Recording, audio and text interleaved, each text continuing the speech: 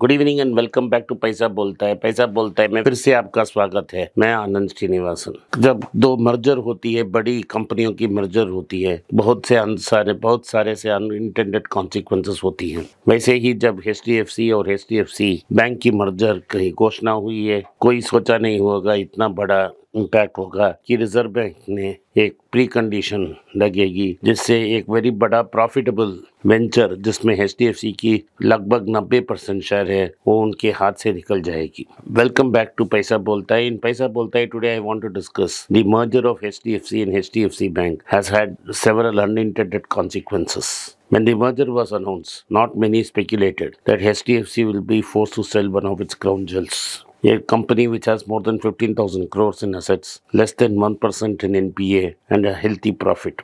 This company is worth nearly 10,000 crores, and HDFC was forced to sell it. By what the Reserve Bank of India said is that the Reserve Bank stipulated that HDFC's share should drop less than 10%. And therefore, what happened is in HDFC Credila, Baring Equity Asia Group and Chrysalis Capital together have bought 90% of HDFC Credila. 10% of Credila is going to remain with HDFC. The total revenue, that is the interest earned, is 1,352 crores and the net worth is 2,436 crores. This company has 1.24 lakh students as its customers and has lent 15,000 crores. It has tied up with 2,100 institutions in 35 countries. This is the loan book it has. How did this company start? This company started when two brothers struggled to get education loan to study in the United States. Anil Bohra and Ajay Bohra both wanted to pursue their post-graduation in US and found it very difficult to raise education loan. When one Ajay attended a conference on education loans, he heard for the first time a company called Sallie Mae, which was basically a government bank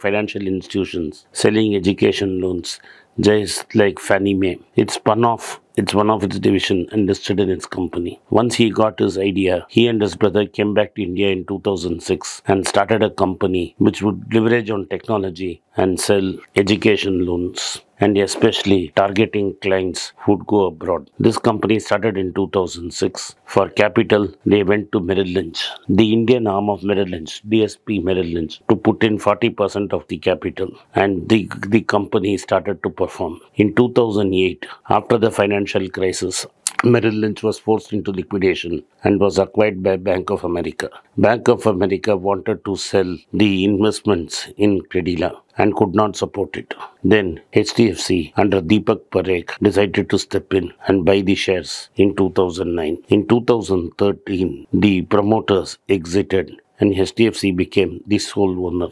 The two brothers, under the guidance of Deepak Parekh, Rupa Kudwai, and KK Mistry, grew this business by leaps and bounds. Basically, they had, as I said, they had acquired 1.25 lakh customers, basically students who were going abroad. They were a very lucrative bunch, and they gave them 100% finance, including living expenses, without taxing the parent too much. And basically, what happened was, since students went to the good colleges, they found jobs and they could easily repay the money. The total NPA involved was less than 1% of the total loan book. The loan book was 15,000 crores. So you had less than 100 crores in NPA. And the net interest margin was extremely high at 4.36%. So with high net interest margin, they will be able to grow fast. The investment agreement by these two companies was signed on the 19th of June 2023. This was India's first dedicated education loan company. The two promoters and HDFC will invest another 2,000 crores into the company as equity. This company was thought to use debt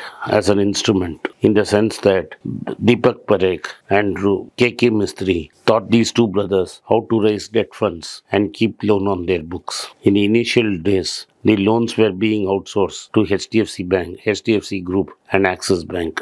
But over a period of time. This loan instrument had no competition and was using HDFC Bank and HDFC network to sell. The other competition primarily came from public sector banks, where a lot of documentation was required and people had to mortgage their houses. But here, if you got an admission into a good, very Ivy League university, you did not have to provide too much of immovable property as security. All this meant that the loan book of this company grew very fast. The moment you didn't have to give 100% movable security as immovable property as security, the loan book started to grow leaps and bounds. In fact, in some cases, the company also decided to fund the living expenses of students. This meant if somebody got 100% loan, and since competition was very low and the company was only targeting people going abroad to study, this looked too much of a lucrative offer.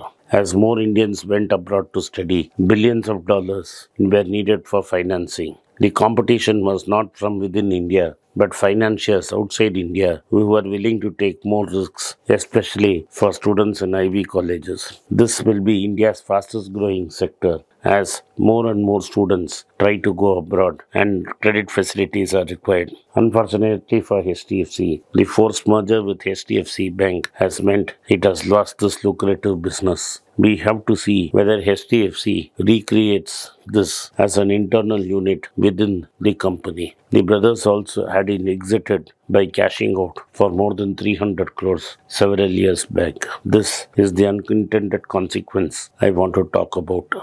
Thank you for watching पैसा बोलता है। पैसा बोलता है कि इस podcast में आप उपस्थित हुए, इसके लिए मैं आभारी हूँ। Kindly subscribe to my channel, hit the like button and write your comments. If you have not done so already, turn on the bell notification, subscribe to our channel.